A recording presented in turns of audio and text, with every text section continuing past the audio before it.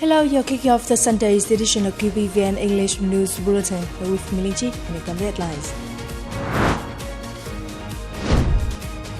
Prime Minister Phạm Minh Chính meets Professor Thomas Vallely. BINH, a symbol of Vietnamese diplomacy.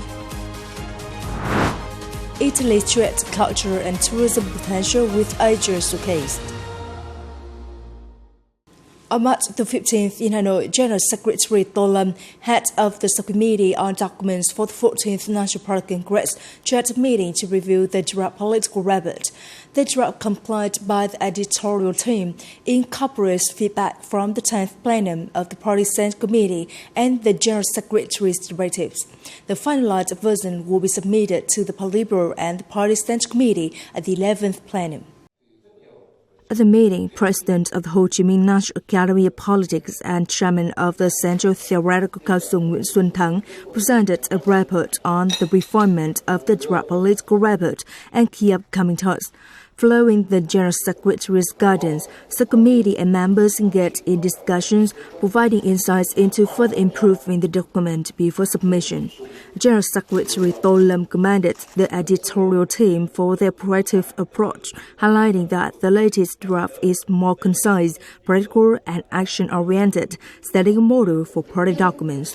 On science and technology, he emphasized Resolution number 57 of the Politburo, which identifies these sectors as key drivers for modernizing production, innovating governance, fostering socio-economic growth, and ensuring national progress in the new era. He urged a stronger focus on science, technology, and digital transformation across governance, economic development, national defense, and social policies.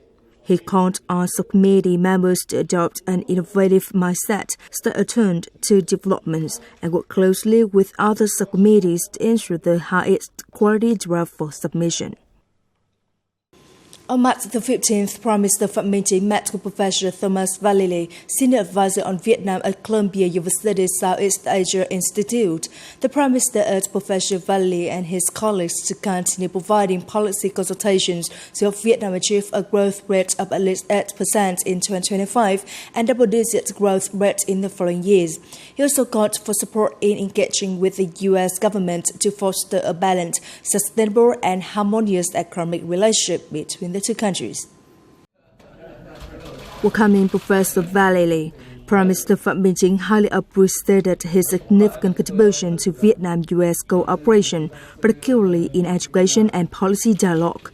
The Prime Minister emphasized that Vietnam has been actively implementing measures to address U.S. concerns, including trade deficits, and has held discussion with the U.S. ambassador and businesses to promote economic stability and mutual benefits. Sharing insights into Vietnam's economy, the Prime Minister reaffirmed the country's goal of at least 8% growth in 2025, with a vision of achieving double-digit growth in the following years to become a high-income developed nation by 2045. To meet these goals, Vietnam must adopt new approaches and innovative strategies. The Prime Minister requested Professor Vallely's advice on achieving these targets, revitalizing traditional growth drivers, fostering new economic engines, and advancing breakthroughs in science, technology, digital transformation, and innovation. He also sought recommendations for the private sector development and international cooperation to mobilize financial resources, transfer technology, train human resources, enhance governance capacity, and improve institutional frameworks. Professor Vallely commended the Prime Minister's leadership and determination in tackling challenges and driving Vietnam's economic and social progress. He praised Vietnam's focus on science, technology, digital transformation, and innovation as pillars of development, along with its strategic efforts in green energy transition, nuclear energy revival, and new growth sectors, including artificial intelligence and semiconductors. Reflecting on his long-standing collaboration with Vietnam, Professor Vallely affirmed that he and Columbia University, along with Fulbright University, are well equipped and ready to provide strategic policy consultation.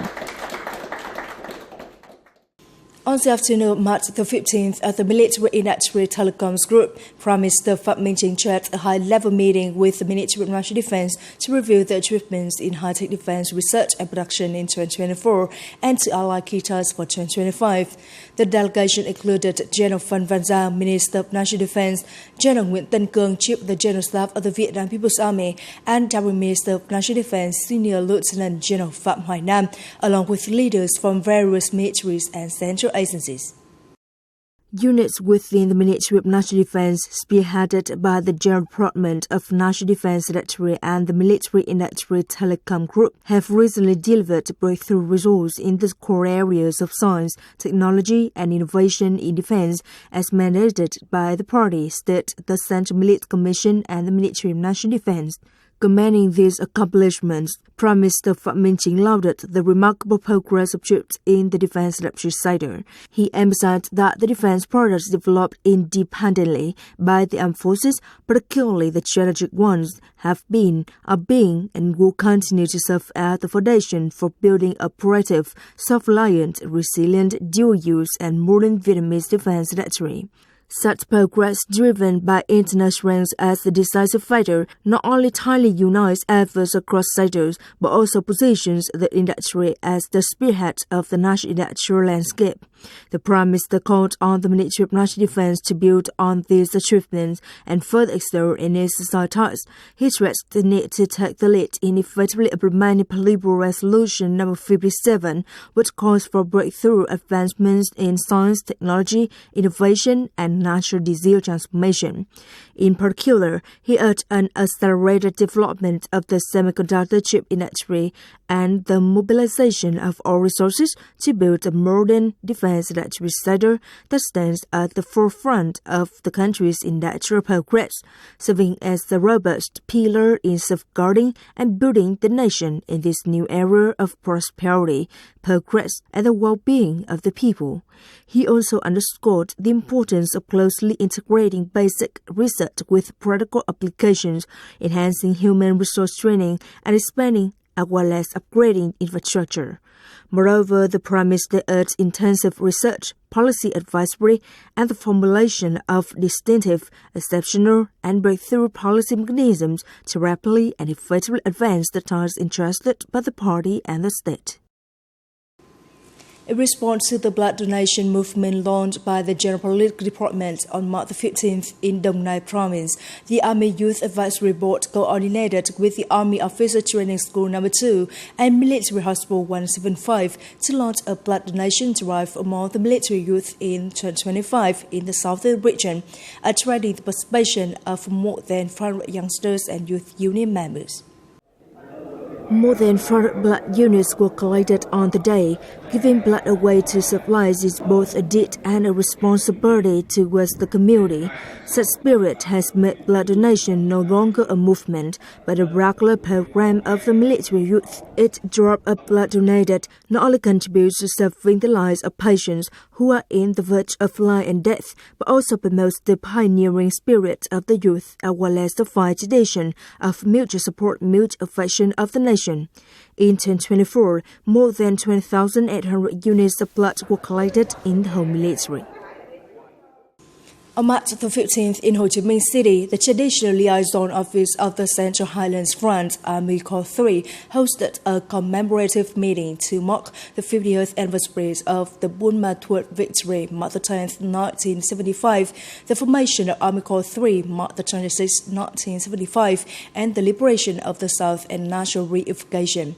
At the event, veterans from the former B3 front, the precursor to Army Corps 3, revisited their heroic battlefield on the Central Highlands. Their various deeds not only secured the victory at Buôn Ma Thuột, but also paved the way for the Ho Chi Minh campaign and the eventual reunification of the nation, inscribing an epoch in history of the B3 front and Army Corps 3. Over 5 decades, the officers and soldiers of the front have exemplified the spirit of Anglo soldiers, actively contributing to economic development and staying united to help comrades overcome hardships and rise of poverty, passionately instilling love for the homeland in younger generations, inspiring the emerging cadres and troops of Army Corps 3 to carry forward the heroic legacy of the B3 Front Army Corps 3. In the heroic history of Vietnam, there are women who were not only witnesses, but also the ones to make the most glorious historic chapters. Nguyễn Thị Bình is one among them, a resilient and talented woman whose invaluable contribution shaped both the struggle for national independence and development. Beyond being an outstanding stateswoman, she is a symbol of sacrifice, wisdom, and perseverance, helping bring Vietnam closer to peace and progress. There is a Madame Binh on the international stage. Madame Nguyễn Thị Bình is an outstanding diplomat who played a pivotal role and witnessed the ups and downs of Vietnam history in the 20th century, a shining symbol of the noble qualities of the Vietnamese people. The world knows Nguyễn Thị Bình as a prominent female politician who served at the head of the delegation of the National Liberation Front of South Vietnam and later the Provisional Revolutionary Government of the Republic of South Vietnam at the Four-Party Conference in Paris, which sought to end the war and restore peace in Vietnam. On January the 27th, 1973, in Paris, the agreement on ending the war and restoring peace in Vietnam was signed. It was the result of the most challenging and prolonged diplomatic struggle in Vietnam's history. The image of Madame Binh, as she was known in the media, always made a strong impression on the Western press. At that time, Nguyễn Thị Bình was appointed as head of the negotiation delegation of the Provisional Revolution Government at the Paris Conference. They were impressed not only by the image of a petite woman from a war-torn land who carried herself with elegance and grace, always wearing a warm and friendly smile, but also by her persuasive, intelligent speeches, sometimes firm, sometimes witty, that commanded global respect and inspired her people. In mid-1971, French television organized a press conference connecting Paris and Washington, with 20 journalists in attendance, 10 of whom, mostly American, defended the U.S. stance, while the other 10, primarily French, remained neutral. Amidst these seasoned reporters and under the glaring lights, Madame Binh stood alone, responding with composure, confidence, and eloquence. She spoke firmly, yet with poise, clearly expressing her goodwill and desire for a political solution to end the war. Her presence at that moment evoked a striking metaphor, dancing among ropes. At the reunification of the country, Nguyễn Thị Bình was appointed Minister of Education, the first female minister in the reunified Vietnam's history. In February 1987, he was assigned as deputy head of the Party Central Committee's Commission for External Affairs and chairwoman of the Vietnam Peace and Solidarity Committee. She served as a member of the National Assembly for the 6th, 7th, 8th, and 9th terms and as vice president of the Socialist Republic of Vietnam. She retired in 2002.